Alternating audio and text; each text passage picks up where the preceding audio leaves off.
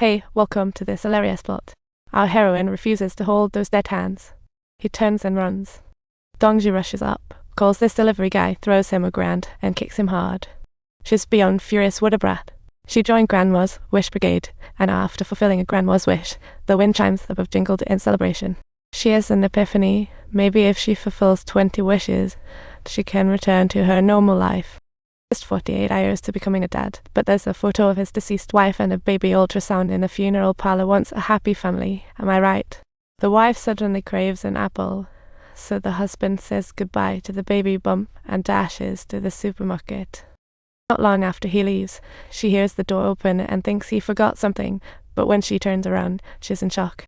Instinctively protecting her baby bump, yet tragedy strikes hard. Their story heads to the front page, like a soap opera plot twist. Upon hearing the pregnant woman's last wish for an apple, townsfolk sent apples with heavy hearts. After his wife and child died, the husband's been a zombie at the parlor. Dong's set to use her powers. The moment her hand touches the deceased, their spirit awakens, completely oblivious to her own mortality given the cozy decor around. Until Dong spills the ice-cold truth. She realizes she's deceased, but oddly enough, she isn't terrified.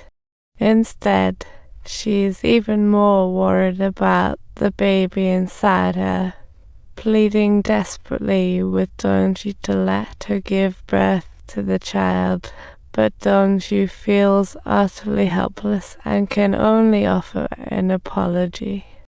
Suddenly remembering her husband, she borrows a phone to call him, but being a spirit means it won't budge. With Dongju's help, she finally dials, but no one picks up. Ouch. Back to despair. Meanwhile, the delivery guy brings lunch and suddenly hears voices coming from the parlor.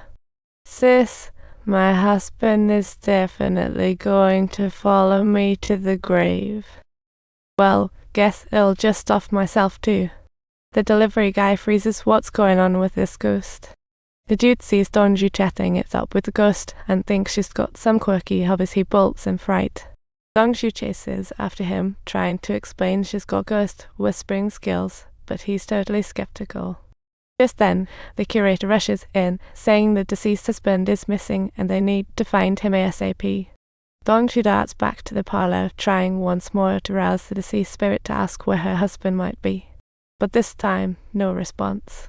They searched all day and still couldn't find the husband.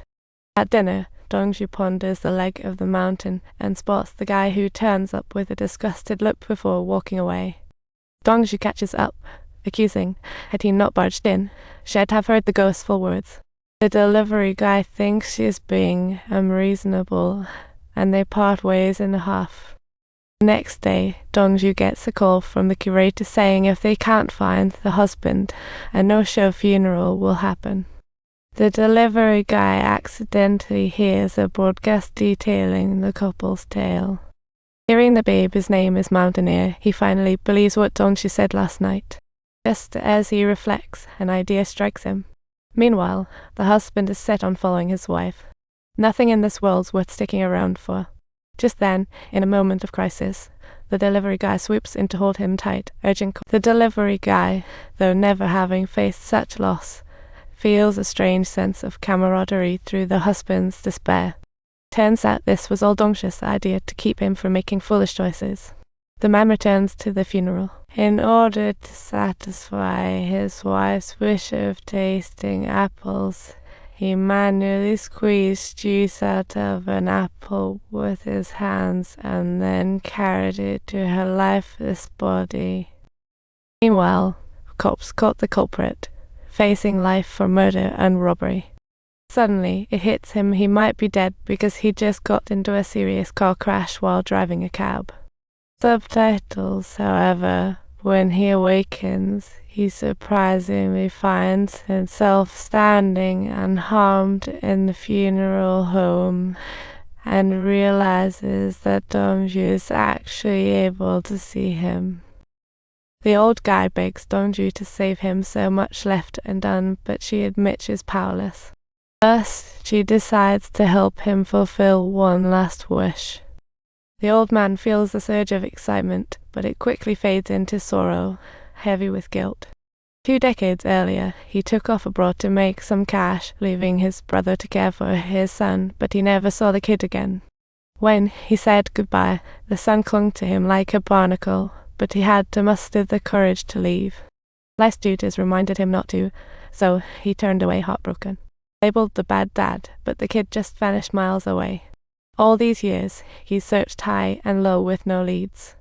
Thinking about leaving this world soon, he's all guilt-ridden and pleads with Dongshu to help him find his son. That's his final wish, and Dongshu feels torn, unsure of how to proceed.